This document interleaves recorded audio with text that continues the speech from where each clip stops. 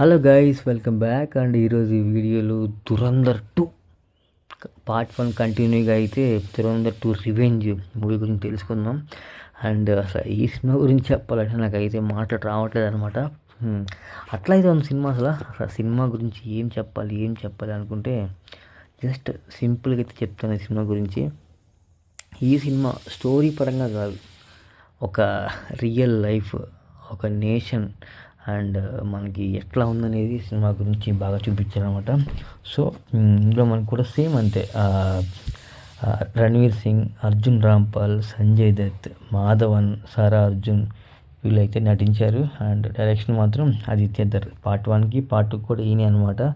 So part 1 black buster తర్వాత ఎంతో హైప్గా అయితే సినిమా అయితే అసలు వచ్చింది.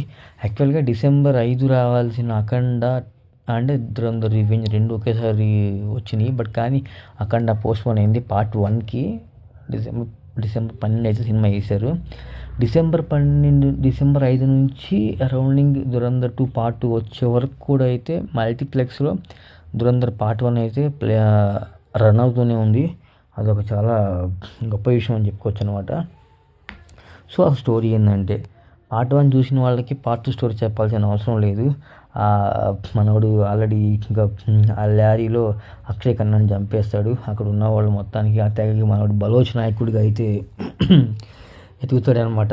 అండ్ అలాగే ఈ సంజయ్ దత్ పై ఎలా పగ తీర్చుకుంటాడు. అండ్ అర్జున్ రాంపాల్ ఎవరు మనకి మేజర్ ఇక్బాల్ని ఎలా ఫైనల్గా అయితే ఇచ్చేసాడు. జస్కీరత్ హంజా అలీ మజారిగా ఫెయిల్ అయ్యాడా, సో నెక్స్ట్ ఏంటి అనేది ఈ పార్ట్ 2 అయితే ఈ స్టోరీ అనమాట. సో స్టోరీ విషయం పక్కన పెడితే అసలు ఇప్పటిదాకా మనం చూసిన సినిమాల్లో ఈ స్పై సినిమాలు అండ్ ఈ రా సినిమాలు చాలా చూసాం.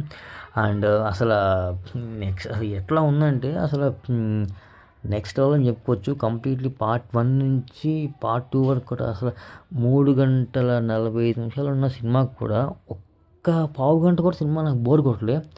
అసలు ఎంతో ఇంట్రెస్ట్గా అసలు ఆ యాక్షన్ కానీ థ్రిల్లింగ్ కానీ నెక్స్ట్ లెవెల్లో చేశారు. డైరెక్టర్ మాత్రం అయితే హ్యాట్స్ ఆఫ్ అని చెప్పుకోవచ్చు అనమాట.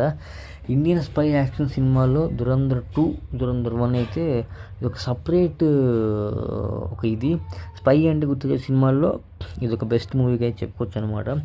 ఎవరైతే పార్ట్ 1కి బాగా కనెక్ట్ అయ్యి ఉంటారో పార్ట్ 2 కూడా అయితే అంతకన్నా బెటర్గా అయితే సినిమా అయితే ఉంటుంది. అండ్ ఈ జస్కీరత్ సింగ్ గతంలో పార్ట్ 2 ఆల్రెడీ పార్ట్ 1లో మనోడు ఎందుకు కుటుంబం వదిలి వచ్చేసిందో అది మీకు అందరికి తెలిసిందే.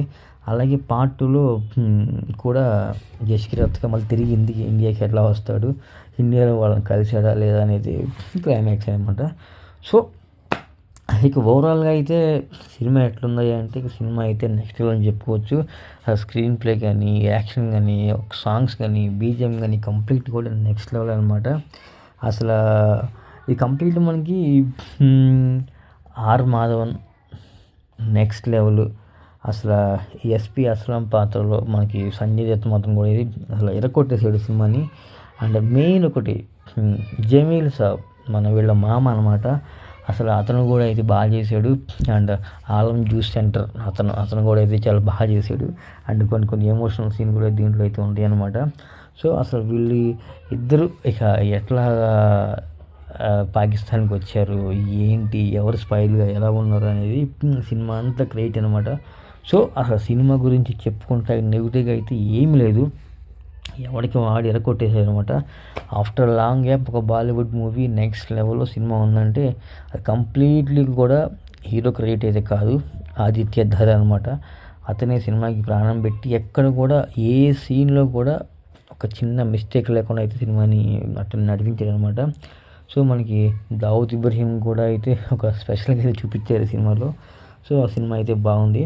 కానీ క్లైమాక్స్లో వాళ్ళ పేరెంట్స్ని కలుసుకుంటే బాగుండేది అని నాకు అనిపించింది.